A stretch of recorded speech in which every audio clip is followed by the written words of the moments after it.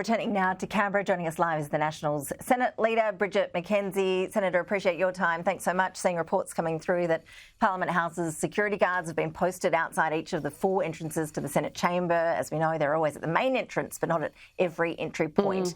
Are you expecting further disruptions from Senator Lidia Thorpe in the chamber this afternoon? Well, great to be with you. Yes, it's all happening in the Australian Senate today. Obviously, as your viewers know, Senator Thorpe was suspended from the Senate for the remainder of yesterday and all of today, and she has been up and down the press gallery right throughout Parliament seeking to cause more disruption. So there has had to be additional security guards positioned at all the entrances to the Senate, and this is, really concerning when members of the House of Representatives get suspended, which is very regularly. We don't have the same powers in the Senate. That is not a measure that's had to be taken because people actually respect the rules and abide by them when they're thrown out of that particular chamber. And unfortunately, from the behaviour we've seen from Senator Thorpe, she hasn't respected the Senate chamber. She's been incredibly disrespectful and aggressive towards fellow senators in the chamber, hence her suspension, and the King more recently. And so we are very concerned, I guess, about what the repercussions could be of that. The Senator said today, and I'll quote here, "It seems like there's one rule for white people who get away with racism and there's one rule for us when we call this out." She says, we're then the ones that are the naughty little black girl again. Tell us what it's like being there in the Senate and your response to some of the claims she's been putting forward today. Yeah, well, Ash, I was one of the few senators that was actually in the chamber during that particular issue. You had Senator Payman from Western Australia yelling very aggressively directly at Senator Pauline Hanson, not going through the chair, as is respectful debate. And then you had Senator Lidia Thorpe aggressively, physically reacting towards Senator Pauline Hanson. Now, calling people racist actually is just a way, I think, that this senator is trying to excuse her own very, very bad behaviour.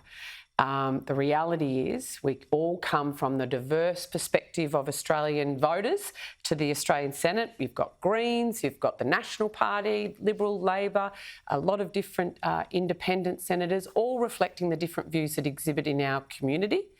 And I think for Senator Thorpe to be so disrespectful of the institution of fellow senators says more about what she thinks about our democracy and the rule of law and her role as an activist disruptor, which in my mind, having watched the behaviour and her response, is all about tearing down our democratic institutions rather than in behaving in a way within those democratic institutions that upholds the rule of law, freedom of speech and association and all the things that we hold dear in this democracy. The fact that she's running around saying she's been treated like this because she is Aboriginal or Torres Strait Islander, for me, begs the question, well, should you be treated differently than anyone else just because you're Aboriginal or Torres Strait Islander? I think that's the problem here. Everybody is equal under the law. Everyone needs to be treated the same under the law, and I won't be favouring treating one group of Australians differently to another simply because of their race. Plenty going on the legislation front as well. As you all know, debate in the Senate underway over plans to ban access to social media for under 16s. Are you comfortable with that legislation being rammed through? Some of your coalition colleagues have serious reservations. Yeah, Ash, I mean, that's been a debate that we should actually have. That's the benefit of a chamber like the Australian Senate, where all the diverse views that exist in the Australian public can actually be aired. Oftentimes you might vote for a piece of legislation but want to put on the record some of the concerns you have about it or how it may be rolled out or who it's impacting, right?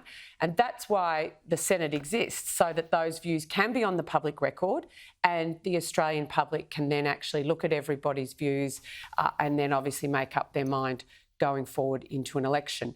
What the federal Labor government is doing right now is slamming through over 36 different bills, not just seeking to slam through the social media bill, which the coalition supports, now that we've got the digital ID guarantee, etc., but a raft of other bills, including wanting the Reserve Bank rule changes that would allow the government to stack the Reserve Bank Governor Board just in time for an interest rate rise in February.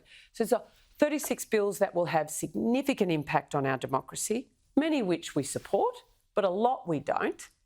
And a lot you want to be able to have the multitude of views held by different senators on the public record.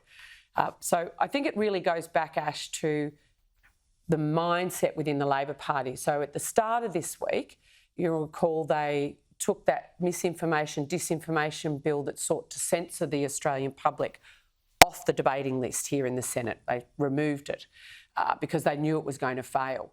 So they sought to censor the Australian public, and by the end of the week, they're silencing the people's voice in the Australian Senate. And I think it says everything you need to know about the Australian Labor Party. They're not interested in diversity of views. They're not interested in respectful debate. They're only interested in their ideological, political perspective getting through. Senator Bridget McKenzie, we'll let you get back to all the action in the Senate. Appreciate you making the time for us. Thank you. Thanks, Ash. Bye.